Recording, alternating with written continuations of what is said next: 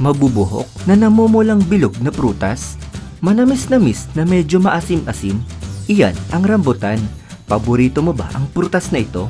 Dahil sa videong ito ay kikilalanin natin ng mas mabuti ang prutas na rambutan. At alam mo ba na mayroon pala itong mga kahanga-hangang katangian na maaari makatulong bilang bahagi ng isang masustansyang pagkain? At aalamin din natin kung mayroon nga bang dapat tandaan sa pagkain ng rambutan araw-araw. Kaya bago tayo magpatuloy ay pakipindot mo muna ang subscribe button at bell icon para palagi kang updated sa mga bago kong upload na video. Ang rambutan ay isang maliit na prutas at bukod sa kulay pula nitong prutas ay may iba rin itong kulay na pinkish red at nag-aagaw na kulay purple to orange yellow at may kulay din itong dilaw. Mayroon itong lasa na nahahawig sa prutas na lychee dahil ang rambutan at lychee ay kabilang sa iisang pamilya na tinatawag na soapberry family. Native ang rambutan sa Asia, partikular sa Timog Silangang Asya, katulad ng Pilipinas, Thailand, Vietnam, Myanmar at Cambodia dahil nabubuhay lamang ito sa tropical country o mga bansang dumaranas ng mainit at may mataas na humidity buong taon. At kilala rin ang rambutan sa pangalan na hairy lychee. Maikli lamang ang fruiting season ng rambutan dito sa ating bansa sapagkat ang panahon ng pamumunga nito ay nasa buwan ng Agosto hanggang Oktubre lamang. At sa ibang parte rin ng Pilipinas ay mayroong rambutan na namumunga sa buwan ng Enero hanggang Marso. At kapag nagsimula na ang puno ng rambutan sa pamumulaklak ay nangangahulugang ito ay magbibigay ng maraming bunga at talagang magsasawa ka sa kakakain ng rambutan dahil sa napakarami nitong mamunga.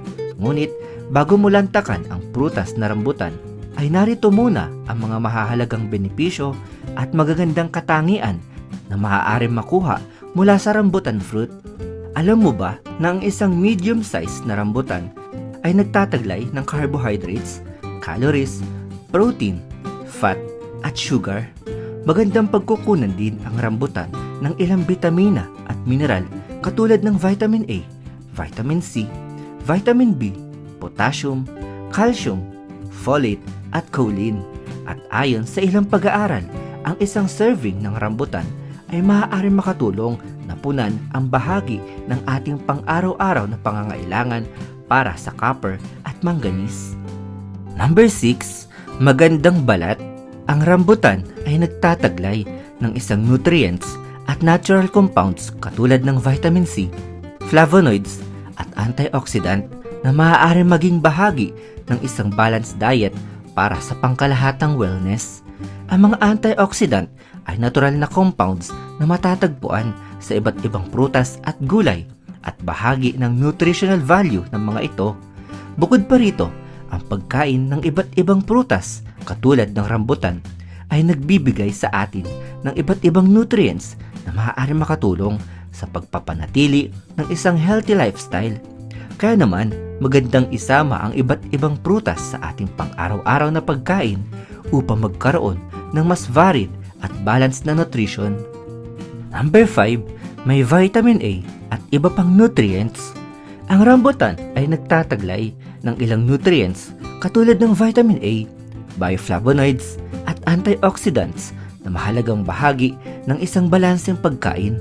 Ang vitamin A ay kilala bilang isang nutrient na may mahalagang papel sa normal na paggana ng ating mga mata.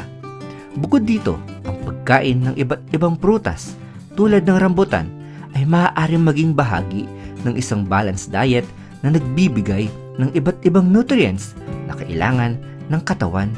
Para sa mas magandang nutritional variety, maaari rin pagsabay-sabayin ang rambutan at iba pang prutas at gulay na mayaman sa iba't ibang bitamina at mineral bilang bahagi ng iyong pang-araw-araw na pagkain. Number 4. Vitamins at iba pang nutrients pangpalakas. Kung hindi ka mahilig o nagsasawa ka na sa pagkain ng orange araw-araw, maaari rin maging bahagi ng iyong diet ang rambutan dahil nagtataglay ito ng vitamin C at iba pang nutrients. Ang vitamin C ay isang mahalagang nutrient na sumusuporta sa normal na function ng ating immune system at tumutulong sa iba't ibang normal na proseso ng katawan. Bukod dito, nakakatulong din ang vitamin C sa absorption ng iron mula sa mga pagkaing ating kinakain na mahalaga para sa normal na paggawa ng red blood cells at maayos na transportasyon ng oxygen sa katawan. Kaya naman, ang pagkain ng iba't ibang prutas katulad ng rambutan ay maaaring maging bahagi ng isang balance at varied diet. Number 3, may potassium na bahagi ng balancing diet. Maraming tao ang nagbibigay pansin sa kalusugan ng kanilang kidneys, kaya mahalaga rin ang pagkakaroon ng balanseng pagkain araw-araw. Ang mga bato ay maaaring maiugnay sa iba't ibang dietary at lifestyle factors, kaya mahalagang magkaroon ng sapat at wastong nutrisyon. Ang rambutan ay nagtataglay ng potassium, isang mineral na kailangan ng katawan para sa iba't ibang normal na proseso. Kaya naman, ang pagkain ng mga prutas tulad ng rambutan ay maaari maging bahagi ng isang varied at balanced diet. Gayunpaman, mahalaga pa rin ang pagkakaroon ng iba't ibang pagkukunan ng nutrients at tamang pagkain bilang bahagi ng pangangalaga sa pangkalahatang kalusugan. Number 2, muscles. Ang rambutan ay nagtataglay ng magnesium, isang mahalagang mineral na bahagi ng normal na nutritional needs ng katawan. Ang magnesium ay mayroong papel sa normal na paggana ng mga muscles at iba pang proseso ng katawan. Dahil dito, ang pagkain ng iba't ibang prutas tulad ng rambutan ay pwedeng maging bahagi ng isang balanced diet, lalo na para sa mga taong aktibo na nag-eehersisyo. Gayunpaman, mahalaga pa rin ang sapat na pagkain, hydration, pahinga at balanced nutrition upang masuportahan ang pangkalahatang wellness at normal na muscle function. Number 1, puso.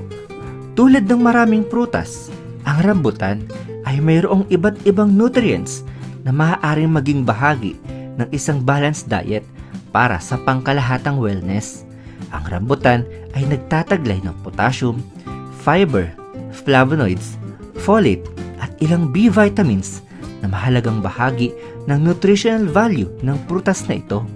Ang flavonoids ay mga natural na compounds na matatagpuan sa iba't ibang prutas at gulay, habang ang potassium at iba pang nutrients ay bahagi ng pang-araw-araw na pangangailangan ng katawan. Kaya naman, ang pagkain ng iba't ibang prutas katulad ng rambutan ay maaari maging magandang bahagi ng balanced diet na sumusuporta sa isang healthy lifestyle. Ayon sa mga nutrition guide, mahalagang panatilihing balanse at katamtaman ang pagkain ng rambutan bilang bahagi ng pang-araw-araw na dieta. Tulad ng ibang prutas, ang pagkain ng labis na dami ay maaaring hindi maging komportable para sa ilang tao at maaaring magdulot ng pananakit o hindi magandang pakiramdam sa ating tiyan. Para naman sa mga taong may food allergy sa ilang uri ng prutas, mahalagang maging maingat dahil maaaring magkaroon ng allergic reaction tulad ng pangangati o iba pang hindi komportableng sintomas. Sa kabuuan, ang rambutan ay isang prutas na nagtataglay ng iba't ibang nutrients at maaaring isama sa ating balanced at varied diet. Tulad ng anumang pagkain, mas mainam na magkaroon ng moderation at iba't ibang pagkukunan ng nutrients sa ating pagkain.